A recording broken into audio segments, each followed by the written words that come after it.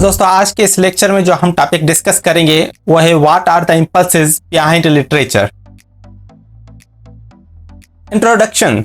We read and write literature, but why does an author write literature? What are the things that inspire और urge the authors to write literature? हम सभी literature को पढ़ते हैं और लिखते हैं, पर कभी हमने सोचा है कि आखिर एक ऑथर क्यों लिटरेचर को लिखता है? आखिर ऐसी कौन सी वजूहात हैं, कौन सी चीज़ें हैं जो मजबूर करती हैं ऑथर को लिटरेचर लिखने पर? ये दो बहुत ही इंपॉर्टेंट सवाल हैं जो इस लेक्चर से कनेक्टेड होंगे। इनका जवाब इसी लेक्चर में हमें मालूम हो जाएगा। William Henry Hudson has discuss 4 impulses behind literature in the chapter Some Ways of Studying Literature in his book An Introduction to the Study of Literature। Hudson अपनी book An Introduction to the Study of Literature के एक chapter Some Ways of Study of Literature में 4 impulses of literature को discuss करता है, जो आज के इस लेक्चर का हमारा मौजू है। Impulses of literature. Literature grows directly out of life, so it is obvious that in life itself we have to search for its sources। Literature की इब्तिदा और लिटरेचर डेवलप होता है, उसकी वजह जिंदगी है। लिटरेचर जिंदगी से ही उभरता है और जिंदगी खुद ये सब जरियात ढूंढती है। इसी की बुनियाद पर तो लिटरेचर को कहा जाता है कि literature is a reflection of life, literature is a reflection of society. 1 पर है our desire for self expression. Number 2 पर है our interest in people and their doings. Number 3 पर है our interest in a world of reality and imagination. Number 4 पर है our love for form as a form. इसका मतलब ऐसी कौन सी वजूहात हैं जिनकी वजह से अदब यानी लिटरेचर की इब्तिदा होती है? अगर और आसान लफ्जों में समझें तो दोस्तों इसका मतलब है कि आखिर ऐसी कौन सी कुव्वत है जो किसी राइटर को इंस्पायर करती है उसे लिटरेचर प्रोड्यूस करने में।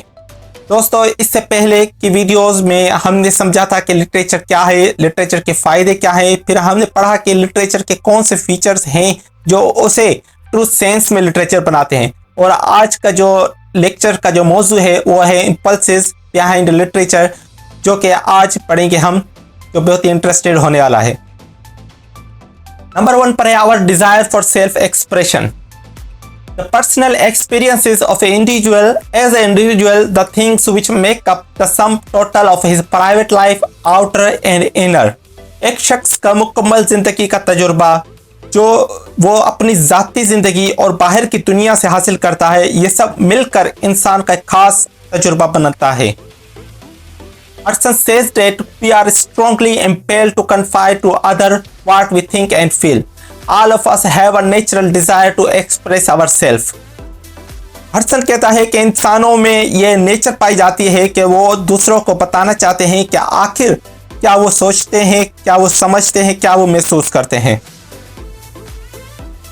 We always want to open our heart to others. इंसान हमेशा चाहता है जो उसके दिलो दिमाग में है वो दूसरों को बताए, वो अपने दिलों के राज दूसरों के साथ शेयर करना चाहता है। We wish to express our feeling and thought to others। हम ख्वाहिश रखते हैं कि हम अपनी फीलिंग यानी जज्बात और अपने ख्यालात को दूसरों के आगे जाहिर करें, दूसरों से शेयर करें। This desire for self expression results into the production of literature। और ये जो ख्वाहिश है इंसानों की अपने आप को जाहिर करने की, ये वो वजह बनती है लिटरेचर की प्रोडक्शन में। A piece of literature is an expression of writer's mind and heart, his emotion and ideas। Literature का कोई वर्क लिखा जाता है वो असल में वो एक कलेक्शन होता है राइटर के दिलो दिमाग का, उसके ख्यालात का, उसके जज्बातों का, जो राइटर चाहता है कि वो उसे जाहिर करे through a form of literature से। Themes our desire for self-expression in the first and primary impulses that gives birth to the literature। इसी वजूहात के तहत हडसन ने सेल्फ एक्सप्रेशन को बुनियादी प्राइमरी इंपल्सेस ऑफ लिटरेचर की प्रोडक्शन में फर्स्ट पोजीशन पर रखा है। नंबर 2 पर है our interest in people and their doings.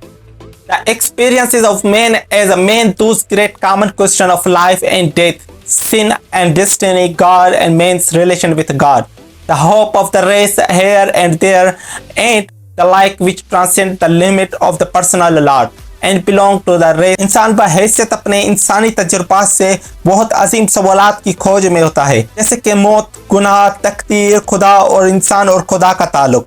इस जहान से लेकर उस जहान तक के बारे में जानने की जुस्तजू में लगा रहता है। We are interested in a man and woman, their lives, motives, passions, relationships, admits Hudson. Hudson कहता है हम दूसरों की जिंदगी के मकसद, उनके जज्बात, उन लोगों के ताल्लुक में बहुत ही दिलचस्पी रखते हैं। Our interest in the lives of other people and their doing gives birth of literature.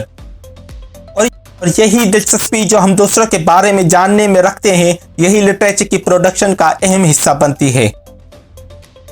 As a human beings, we cannot live quite aloof from others. जैसा कि इंसान को सोशल एनिमल समझा जाता है, तो हम एक दूसरे से अलग और तन्हाई में जिंदगी नहीं गुजार सकते। हम सबको एक दूसरे की जरूरत पेश आती है। We always like to know about other people, their thoughts and their feelings, their problems and their resistance to certain problems, their achievements and limitation and their success and failure. इंसान हमेशा एक दूसरे के बारे में, उनके ख्यालात, उनके एहसासात और उनके ज़िंदगी के मसला व मसाइल, प्लस में कैसे उन मसले मसाइल से उन्होंने मैनेज किया और उनके कामयाबी के राज को जानने की जुस्तजू रखते हैं। Harder to know other people, their thoughts, their ways of their life and their customs and lives, we read write literature.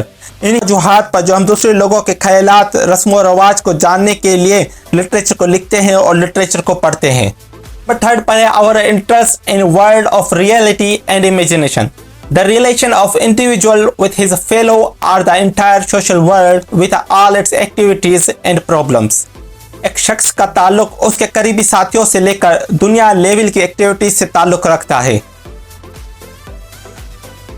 The two reasons that stimulate the production of literature are man's interest in the world of reality and man's escape from the world of reality to world of imagination. कि इंसान दुनिया की हकीकत को जानने में बहुत ही दिलचस्पी रखता है, पर इंसान इस हकीकत को ना मानते हुए इसे अवॉइड भी करता है और अपनी ही एक दुनिया को बनाता है जिसे इमेजिनेशन ऑफ वर्ल्ड कहा जाता है। ये वो दो वजूहात हैं जो अदब यानी लिटरेचर की प्रोडक्शन में बहुत ही अहम एलिमेंट का काम अदा करती है। As a man, we are always interested in what is going on around us, what is happening around us. एक शख्स आमतौर पर इस चीज में दिलचस्पी रखता है कि उसके इर्द गिर्द क्या हो रहा है, क्योंकि वो भी इस दुनिया के इंसानों में से एक इंसान है। As a man of thought, always we are eager to know the things around us, the realities of the world. जो इंसान सोचने की सलाहियत रखता है, जो गौर व फिक्र की सलाहियत रखता है, उसे दुनिया में क्या हो रहा है उससे जानने की ईगरनेस जुस्तजू रहती है।